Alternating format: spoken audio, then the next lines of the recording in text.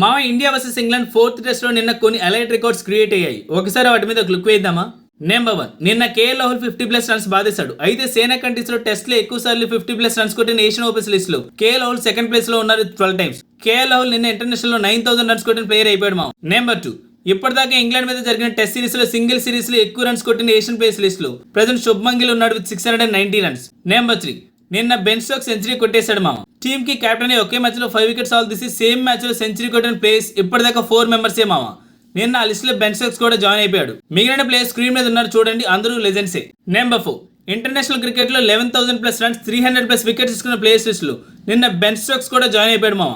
తను ఈ లిస్ట్ లో 6th ప్లేయర్. మిగిలిన ప్లేయర్స్ స్క్రీన్ మీద ఉన్నారు, క్లిక్ వేసేయండి. అంతేకాదు టెస్ట్ లో 7,000+ రన్స్ 200+ వికెట్స్ కొట్టిన ప్లేయర్స్ లిస్ట్ లో కూడా జాయిన్ అయిపోయాడు. నెంబర్ 5, ఇంగ్లాండ్ మీద ఎక్కువ వికెట్స్ తీసుకున్న ఇండియన్ ప్లేయర్స్ లిస్ట్ లో బూమ్రా సెకండ్ ప్లేస్ కి వెళ్ళిపోయాడు మామ. ఇన్ కేస్ తన సెకండ్ ఇన్నింగ్ ఆడితే తన ఫస్ట్ ప్లేస్ కి వెళ్ళిపోతాడు, దట్ ఫర్ షూర్.